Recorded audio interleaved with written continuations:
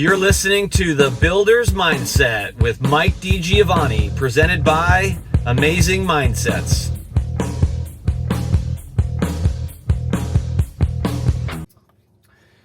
Well, welcome back to another episode of The Builder's Mindset. We've been talking about a lot of fun things in the past couple weeks, talking about the year-end push. Is it different for publics versus privates? We've been talking about margins. What are good margins? And we mentioned you can reference back to the quarterly earnings report review to get an estimate of kind of where you're at relative to the big publics. We talked about kind of how often purchasing gets stuck being the saviors of the margin for the communities, because I've seen often that we just don't connect the dots on the budget and product is really what happens. We don't tie in like what product should be at a certain particular community relative to its zip code and location. And then because of that, we don't do a great job of tying in what the budget for that product should be.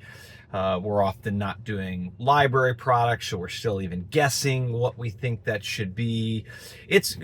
Don't get me wrong, it has gotten a lot better in the last, I would say, 20 years since I've really been in the industry in terms of purchasing being asked more often what the budget should be, purchasing being giving some sense of what the product is going to be when they're asked what the budget should be. And in some instances, we've even gone so far as to actually give purchasing a seat at the table at picking the product, developing the product, etc. And in some really, really forward-thinking places, we've actually let purchasing drive the product development process, which is, as you all know, if you've listened, that's what I'm an advocate for. That's what I've been known for. That's what I'm very good at.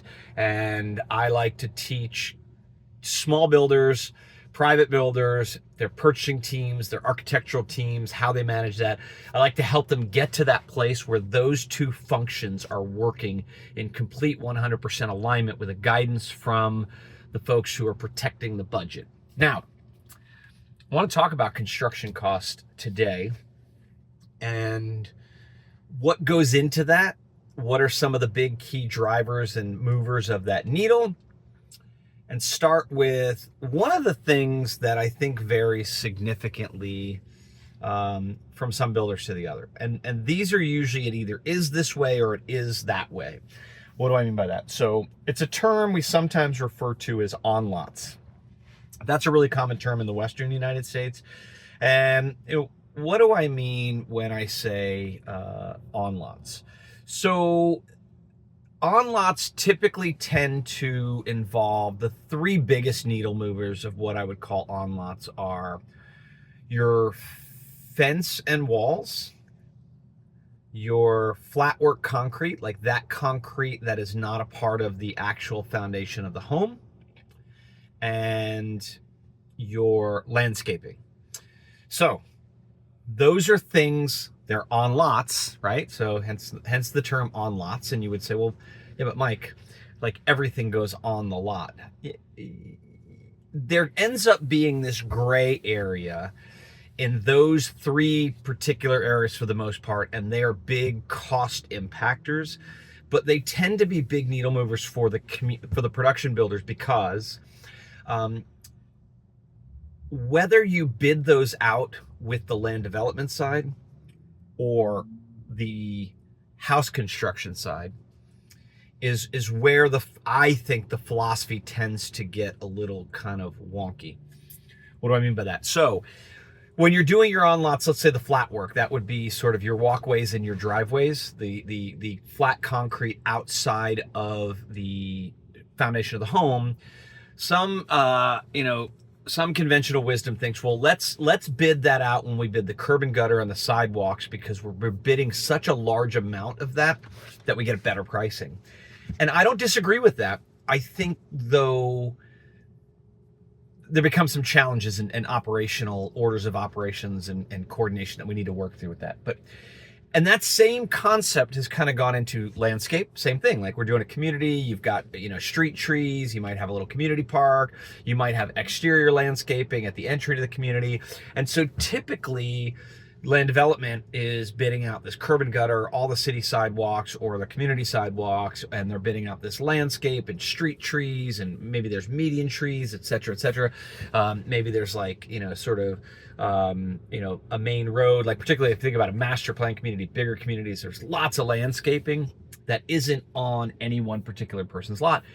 And then also what we have is we talk about walls and fence. Same thing. If you've got fencing, side yard fencing, or side yard walls, or vinyl or wood fence or walls that, partition on the lot lines to signify, or separate the homeowners one lot from the other. Typically in these master plan communities, you have lots of walls and fence that go in, a lot more than what goes on these lots. So a lot of conventional wisdom has gone down to like, well, these particular items will get a better price if we bid them out with the big picture of things. And I don't disagree with that in one sense, but there's some operational things that we need to talk about when we do that. And then there's this other aspect of when you're trying to decide where to put those from a budget perspective, there comes this idea of, well, who's caring for it? So a lot of times what you'll see is if you have an HOA, a homeowners association that's being set up with a community, typically if whatever it is you're putting, even if it's going technically on the lot, if it's to be maintained by the HOA, then often it's going to have, an HOA maintained, can you hear that? So yeah, I'm recording as I'm charging my Tesla, and somebody's alarm just went off. Oh, the joys of the holiday season when you're in the big parking lot. But so sometimes back to the on lot. So sometimes though, what people like tend to do is if it's going to be maintained by the HOA, like landscaping, let's say, even if it's in the front yard of a homeowner's house, if it's going to be maintained by the HOA, which kind of happens in your low maintenance communities, say in Colorado and in your active adult communities, and you're seeing this more and more, what you might end up having is that there's a common meter for that, and all of the water and maintenance that goes into that is being run by an HOA meter and an HOA contract. And so in that instance, sometimes they'll even just like fully put the budget over into the land development side of things and make it part of the community, which makes sense.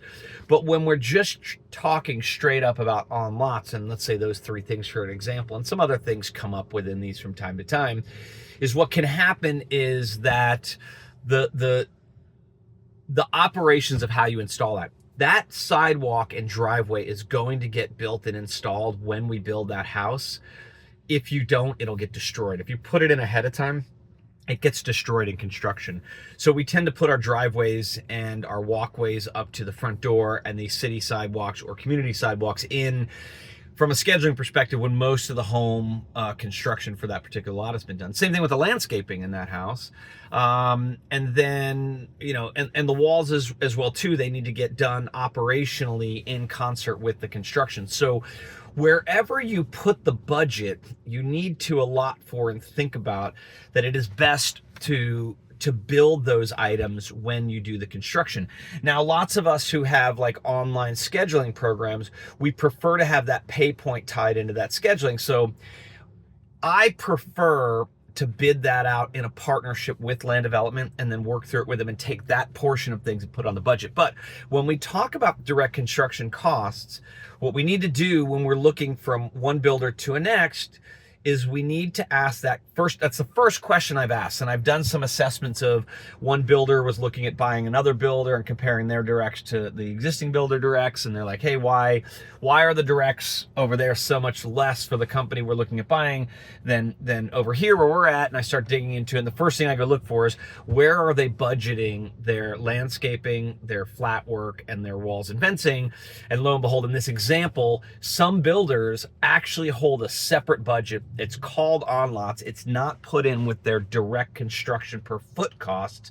And so you just got to know that. And it's very easy, whichever way it is, as long as you know where it is, to kind of calculate that. So one of the nuances. That's one of the nuances when you're putting budgets together. But let's go back, and I want to just really kind of touch on like overall direct construction costs. Generally speaking, for me, the direct construction cost is anything, it should be anything that goes on the lot from the foundation to the roofing and everything in between, including insulation, drywalls, all the way up through countertops, cabinets, and appliances. That's your direct construction cost. And when you hear people talk about that, so when we talk about finished lot cost, that's basically getting everything ready up to that I can come and get on that lot and put a foundation or a basement or whatever. I can start the foundation of that home on that lot. So those are your direct construction costs. And so as I've been talking about some of the other, why is it so important to get a handle on what product we're going to put in that community, and not then, like, this comes when you're looking at buying property, you should be thinking about your direct construction costs and tying that back into what product type, size, spec level, feature set should we be putting on that particular piece of dirt relative to the zip code, relative to the school districts, all of this stuff. And there are great companies out there who can help you if you don't have the internal market analysis team to do this for you, that can help you understand what you should be doing product wise there. And I will tell you, if you figure that out and then work into the product from that information, that's the beginnings of getting your direct construction cost right. So when I hear people tell me, like, I hear this all the time, like, my direct construction costs are like off, they're out of whack. I start with, well, what are your direct construction costs as a percent of revenue? And depending upon the market that you're in, if you're in the West Coast or the Northeast, as I've said before, you should be, in my opinion, somewhere in that neighborhood of low 30s, definitely below 35%. And the lower the better. If you can be in the high 20s, even better. And if you're basically in the rest of the country, Phoenix, Colorado, as we said, gets weird if you're talking about fees, but whatnot. If we take the fees out of it and just the bricks and sticks of the house, Texas, Southeast, Florida, then you should be somewhere in the neighborhood of 45 to 50, definitely under 50%. If you're over 50%, we need to start looking at that. If you're over 55%, we've really got to start talking about what's going on. And I say is, first start giving yourself that gut check. Ask is, do I have the right product here? Because you can be a little off on your product from a spec level or a feature set or a design perspective, a little off, but you can't be really out of alignment. And if you're way out of alignment, what's going to happen, if you're way out of alignment in terms of you have champagne taste on a beer budget, or you've got a Cadillac in a community where you should be selling GMCs, your direct construction costs are going to be much higher than as a percent of your revenue than what they should be, because location determines what you can sell that home for. I've heard some people lately talk about, like, oh, well, don't give the budget to purchasing at the end of the day, et cetera, et cetera. For me, it's all about math, and it is all about simple math. If I know the zip code and I do the market analysis of the zip code, I should then know what I should be able to sell homes for, what size homes they should be, how many bedrooms, how many baths, generally what spec level they should be in, and that budget should be determined from that place. Then I've got to go design or pick the product that fits into that niche.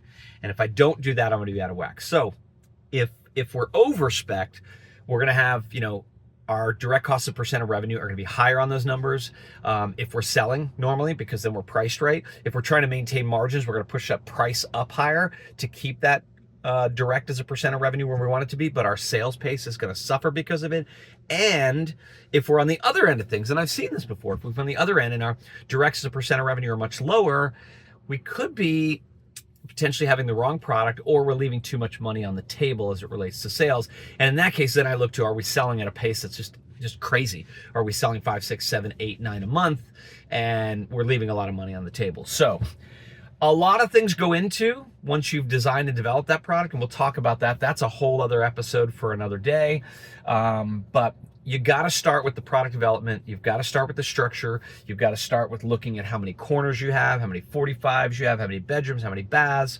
Do you How do you put that structure together? Is it 35 wide, 40 wide, 50 wide? All of that, and you've got to put a holistic approach with your architect, structural engineer, your mechanical and plumbing designers, and your HVAC designers, and your electrical engineer. All of that has to come in together in a holistic way and to design the product that is right for the zip code of where you're at. You can't put too much in and you can't leave too much out. It's a fine line, it's a balance, it's an art, not a science. Some builders are better artists than others in this category, in this area. And so that's the big picture concept of direct costs and what goes into them. But what's more important, and the takeaway I hope you get from this episode, is before you say your direct costs are too high, ask yourself, is my product right for the zip code I'm building in, for the neighborhood I'm building in, and is it the right size? Is it the right feature set? Is it the right overall design? Is it overspec? Is it underspec? Start there. And then look at your percent of revenue, your directs as a percent of revenue. And you can figure out pretty easily where you need to attack. All right. I hope this was helpful. If you have any other things you want us to discuss on this podcast and you want us to go into from the Builder's Mindset, please put it in the comments or hit us up. We're on LinkedIn, and we'd be happy to tailor future episodes to what is beneficial to you. We hope you have an amazing day. I hope you're having a great holiday season, and we'll catch you next week. Thanks for listening to The Builder's Mindset with Mike DiGiovanni, presented by Amazing Mindsets. Remember, your mindset matters.